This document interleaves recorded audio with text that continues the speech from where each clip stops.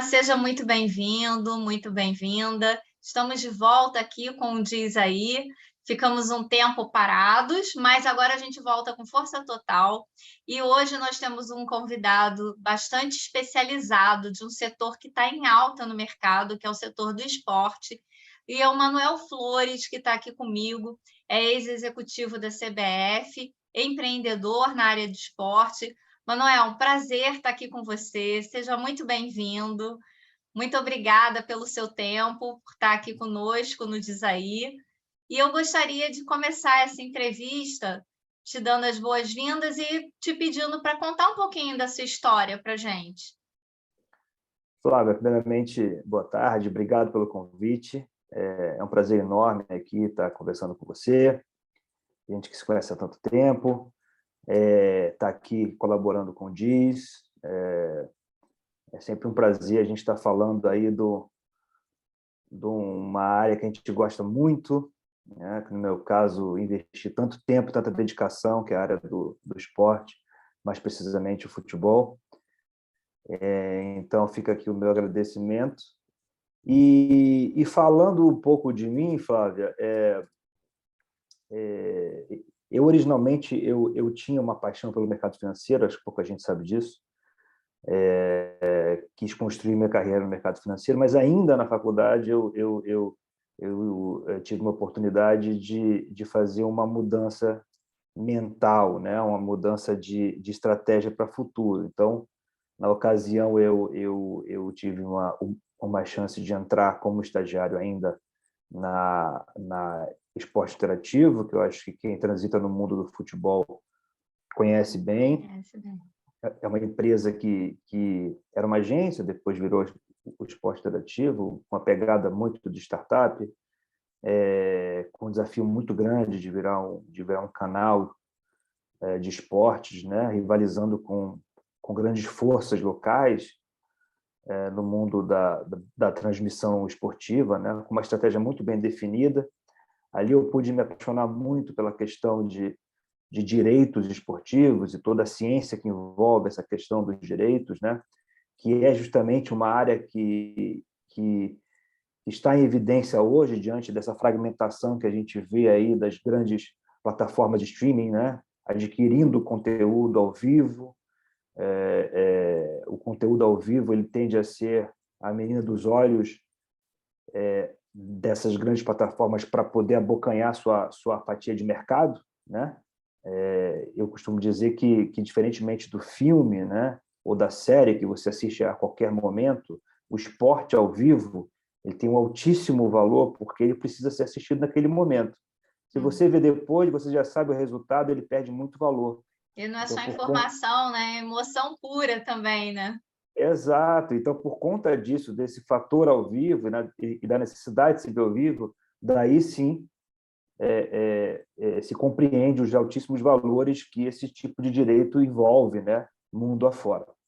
Então, eu pude entender muito nesse meu início de carreira no esporte interativo. De lá eu saio, vou fazer um mestrado para me especializar ainda mais na indústria. Fiz um mestrado da FIFA Master, né, que ele é um mestrado em 3 países diferentes.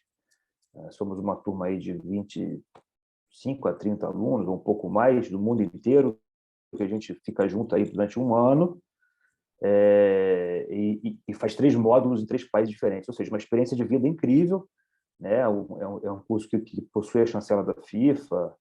A gente tem muito contato com o mercado, principalmente o mercado europeu, né? Do esporte no geral, com foco em futebol, mas o curso procura também abranger outros esportes, então a gente consegue sair dali com uma visão muito ampla do que há de melhor dos grandes benchmarks mundo afora, né? E na ocasião o Brasil tinha acabado de ser concedido aí o privilégio de sediar a Copa do Mundo e a Olimpíada, então eu corro para cá e entro na CBF como gerente de competições na ocasião, e de lá para cá, até abril deste ano, eu trilho uma carreira lá dentro, de gerente, passo para diretor, fico 7 anos como diretor, e aí a gente tem uma série de realizações importantes aí nessa gestão, com todas as questões que que envolve o futebol, a gente conseguiu entregar muita coisa interessante, né?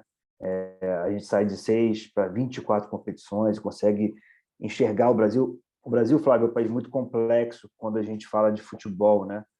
O futebol já é uma indústria muito peculiar por si só, uma indústria de difícil entrada, uma indústria que tem os seus nuances, as suas características, né, muito específicas. E o Brasil ainda tem a questão do território, né? Então, fazer futebol no Brasil é algo muito oneroso, caro, né? É um país muito grande, é um país que demanda um esforço logístico muito grande. Então, foram anos de muito aprendizado, muitas realizações, e aqui estamos aí para atravessar essa nova era, um momento muito importante do futebol brasileiro.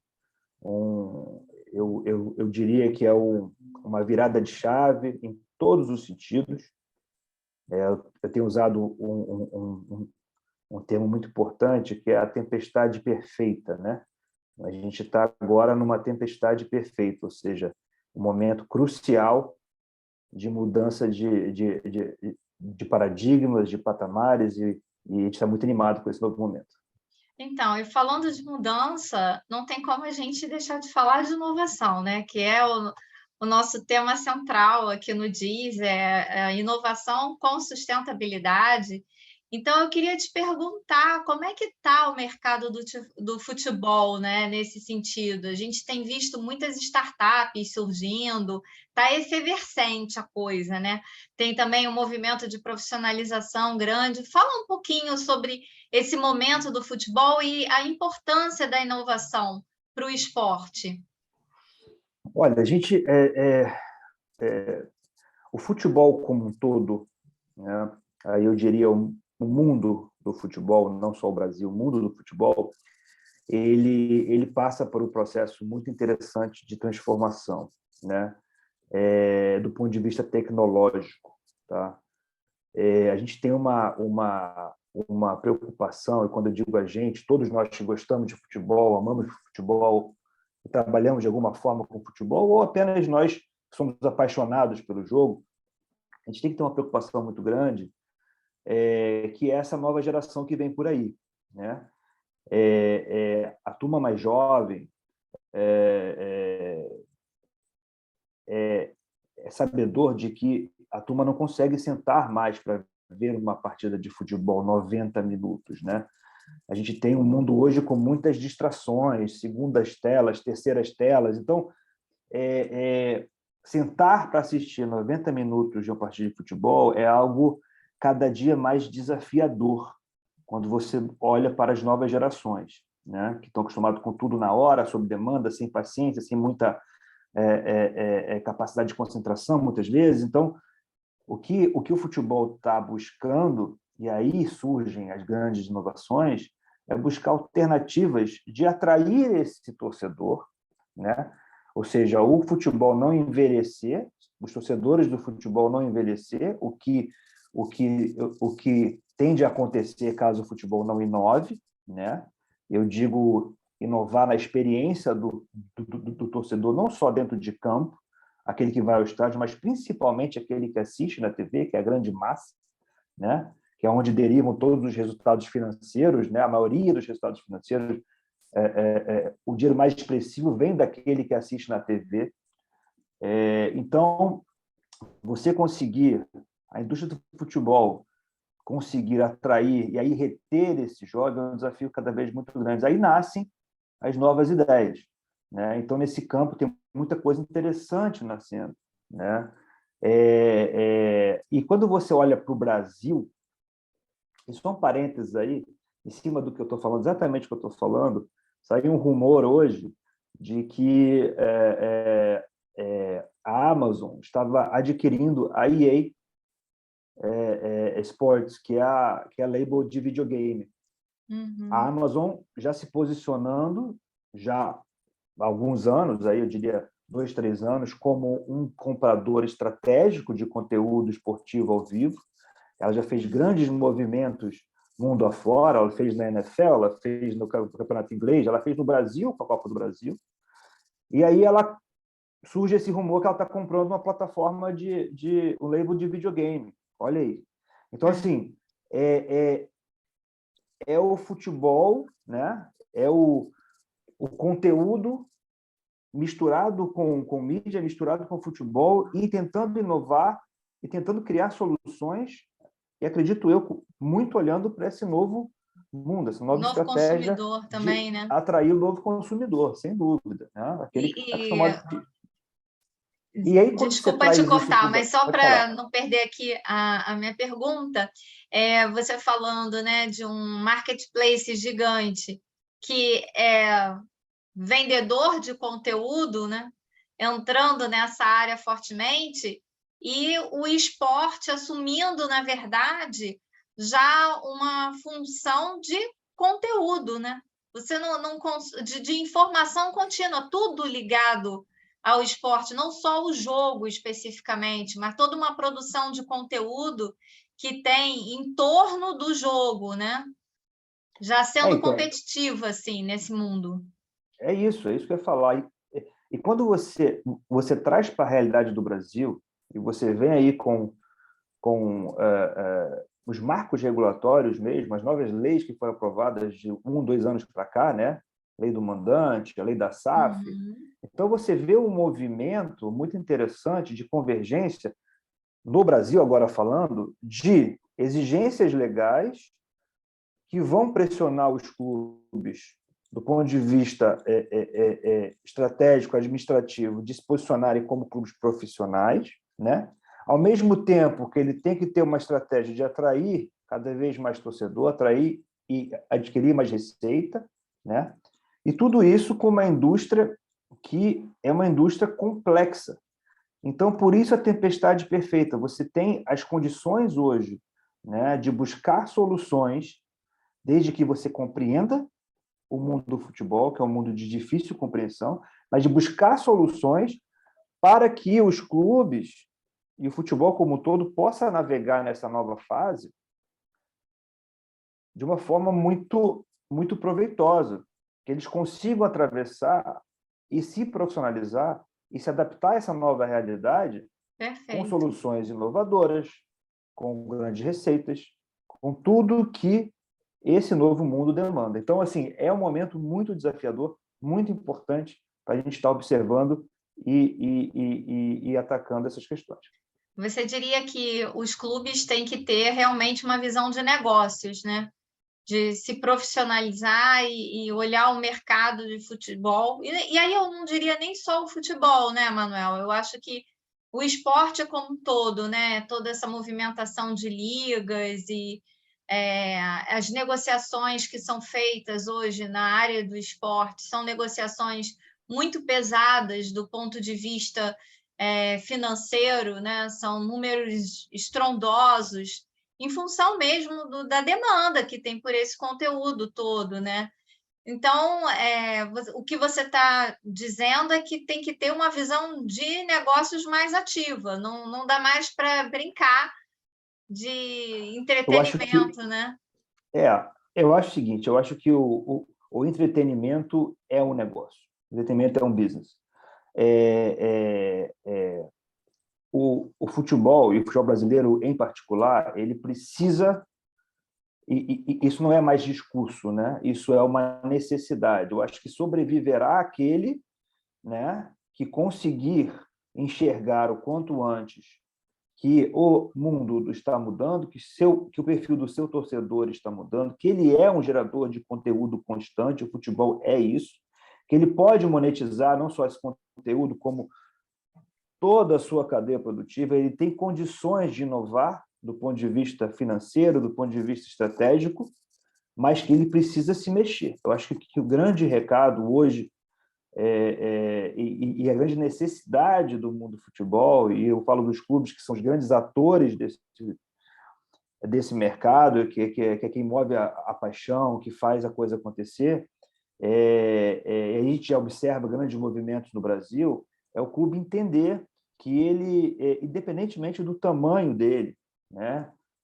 Se ele é um clube de Série A, se ele é um clube de Série B, de Série C, que ele tem condições, entrando num trilho de profissionalização, né? Acoplando ferramentas de gestão importantes, né? Conseguindo inovar, conseguindo fidelizar seu cliente, né? E extrair maior valor de seus produtos, ele consegue sobreviver nesse que será um novo mundo e um mundo de muita pressão, né? Eu costumo dizer que vai ser quase que uma seleção natural, né, de clubes. A gente tem um número de cerca entre 650 e 700 clubes profissionais do Brasil, que se intitulam profissionais no Brasil, né? Mas a gente sabe que esse significado da palavra profissional tende a ser algo muito mais profundo e muito mais profissional. Então, assim, não basta dizer que você é profissional, você precisa, né? E o mercado ele vai Tem que fazer excluir uma aqueles que gestão não entenderem isso. profissional. O mercado vai excluir quem não entender dessa forma e conseguir navegar. Será uma seleção natural, sem dúvida nenhuma. Pelo que eu estou entendendo, o que você está dizendo é o seguinte: não adianta só a paixão dos torcedores, né? É preciso que o clube também faça a sua parte de profissionalizar a gestão, até para entregar um conteúdo mais interessante e mais engajador para os seus torcedores, que estão ávidos por isso, né? E Sim, é saber assim, converter em receita, né? Importante. você acha que, olhando pela perspectiva do torcedor agora, né? Você acha que ele tem assim um envolvimento cada vez maior com o clube, ou há por conta dessa nova geração que tem uma outra forma de se relacionar, há um esfriamento dessa relação? Como é que você vê essa relação dessa nova geração que vem com outras demandas, com outras aflições, outras ansiedades? Olha, eu sinceramente, eu acho que o futebol, especialmente no Brasil, ele dificilmente será esquecido ou abandonado, ou virarão as costas para o futebol quando você olha para o torcedor. O que eu acredito é que há que se acender uma luz amarela, tá? Olhando para essas novas gerações. E a gente já observa grandes trabalhos sendo feitos, tá? Em torno disso. Não só da parte de clubes, como da parte de competições, né? Enxergando que há uma geração vindo aí com uma nova linguagem, com uma nova abordagem. Então, você observa hoje já alguns experimentos muito grandes dando muito certo, que são as transmissões via influenciadores, as transmissões em plataformas de videogame, as interações, né? Videogame, jogo ao vivo. Então, ainda muitas dessas questões são experimentações, são testes, mas daí, como você sabe muito bem, é que nascem as grandes invenções, as grandes ideias e os grandes negócios. Eu acho que a gente começa a observar esse jovem ser atingido, né? Eu tenho um grande amigo que ele tem uma família inteira ligada a um clube de São Paulo, a um grande clube de São Paulo, a família inteira, não teve relação nenhuma com o Rio de Janeiro.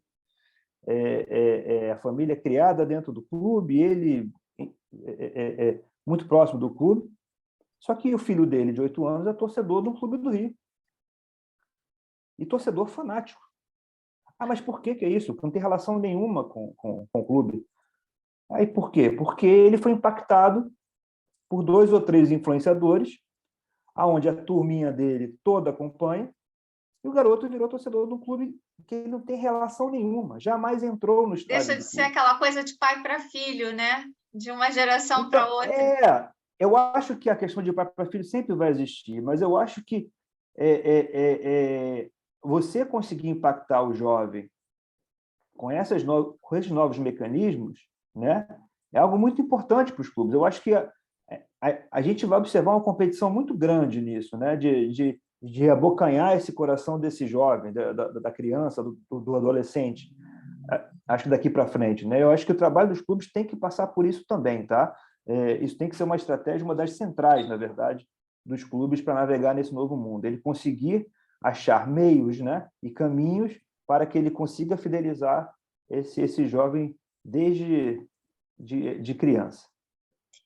E aí, Manuel, em cima de tudo isso que você está falando, eu fico imaginando aqui, qual seria então a sua dica, tipo, os próximos passos para quem pertence ao mercado do futebol, quem é dirigente de clube, quem está aí atento a essas novas tendências, o que fazer agora? Qual é a sua dica para esse profissional do futebol?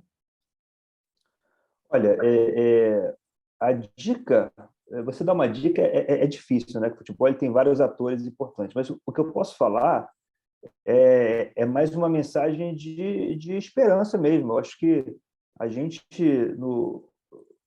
caminhou muito no futebol brasileiro, a gente está num momento muito importante, num ambiente altamente propício para a inovação, para a profissionalização, para grandes profissionais, né? Para a gente preparada, a gente que se aprofundou, né? Eu acho que cada dia mais vai faltar espaço para o amadorismo, né? Até porque a pressão natural do mercado vai fazer com que isso aconteça. Então, é uma mensagem mais de esperança, de que aqueles que já trabalham com futebol possam fazer o dever de casa e enxergar e montar estratégias para encarar esse novo mundo, esse novo momento, que ao mesmo tempo é promissor, mas também causa, acredito eu, muita insegurança em muita gente, muita preocupação de como navegar, mas ir de peito aberto que a coisa vai acontecer se você tiver firmeza de propósito e as ferramentas ideais. E aquele que não entrou no mercado do futebol ainda, que invista na carreira, né? Que busque cursos de especialização, né? Que busque mestrados, cursos de extensão, tudo que possa enriquecer ainda mais, porque, de novo, é uma indústria muito específica, muito particular, mas que tende a crescer muito e tende a absorver muita coisa interessante, tanto no campo das ideias de inovação, como principalmente de grandes profissionais preparados. Então, é só uma mensagem aí positiva no E de momento tão estímulo importante, também, né? de estímulo, no momento tão importante para o futebol brasileiro, sem dúvida. Tá ótimo, então, Manuel. Muito obrigada pelo seu tempo, pela sua atenção. Foi precioso aqui esse momento que a gente teve junto. Você falou assim sobre um cenário bem nítido do que está ocorrendo, né? Do ponto de vista dos bastidores também, dessa preocupação do mercado de se profissionalizar, da importância das novas ferramentas, da questão da inovação como força motriz para essa mudança no momento do esporte. E eu te muito o seu tempo, a sua fala, foi muito importante aqui para os nossos espectadores, o pessoal que nos acompanha, né? São empreendedores, são executivos que estão sempre atentos às novas dinâmicas de mercado e a gente vem dando o nosso recado aqui. Muito obrigada, valeu mesmo a sua participação. Obrigado, Flávio. Obrigado pelo convite. Conte comigo sempre. Sucesso. Tchau, Manuel. Você que ficou com a gente até agora, muito obrigada pela sua atenção e a gente em breve vai publicar um novo programa para você. Fique com a gente. Obrigada.